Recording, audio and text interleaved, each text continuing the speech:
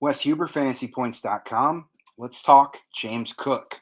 So, dating back to 2015, this kid has been sharing the backfield with a rotation of backs for some very good teams at Miami Central, and then obviously at Georgia.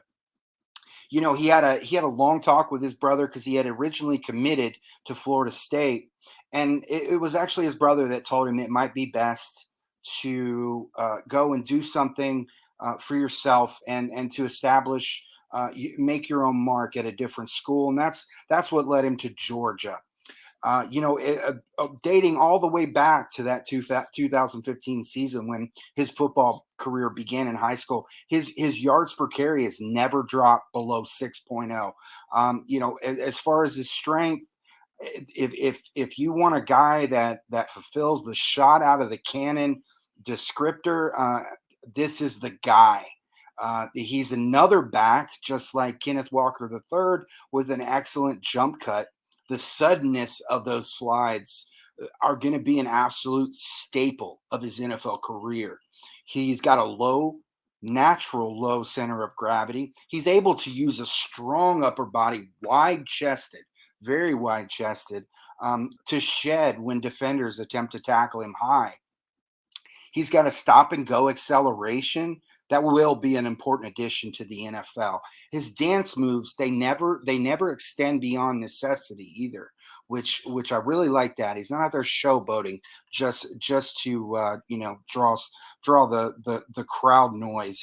His threat, the threat that he presented as a receiver allowed Georgia to motion him from the slot, and then they ran a lot of jet sweeps with him and fakes.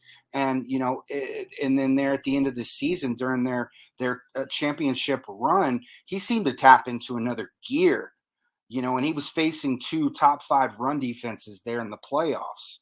So as a receiver, 67 catches at Georgia without a single drop. That says quite a lot. To me, I thought he was a superior receiver from his tape than his brother Dalvin.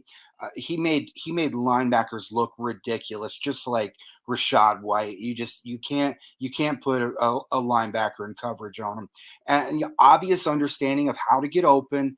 He keeps his attention locked onto the ball. He's not looking away like some of these other backs. And he instantly turns his attention into identifying defenders after the catch. I saw a lot of Travis Etienne in that regard. He could legitimately play slot wide receiver in the NFL, just like White.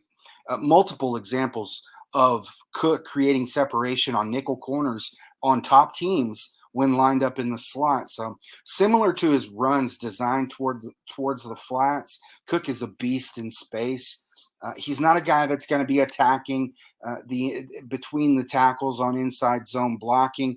You send him out to the flats, or man, any type of gap setup is great. He does really well with read option handoffs and RPO. I actually think he would be an even greater threat there in the NFL if he ends up with a quarterback that can pull those off.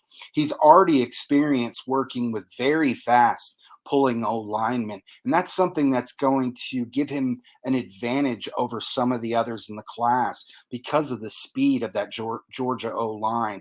And he becomes a serious weapon when he's using his speed to attack moving gaps with front side pulls and counters. So I really liked what I saw there. Excellent processing speed when working through his gap progressions. Far better equipped to attack outside zone stretch, like I mentioned. And you put a blocker in front of his path and just watch him go.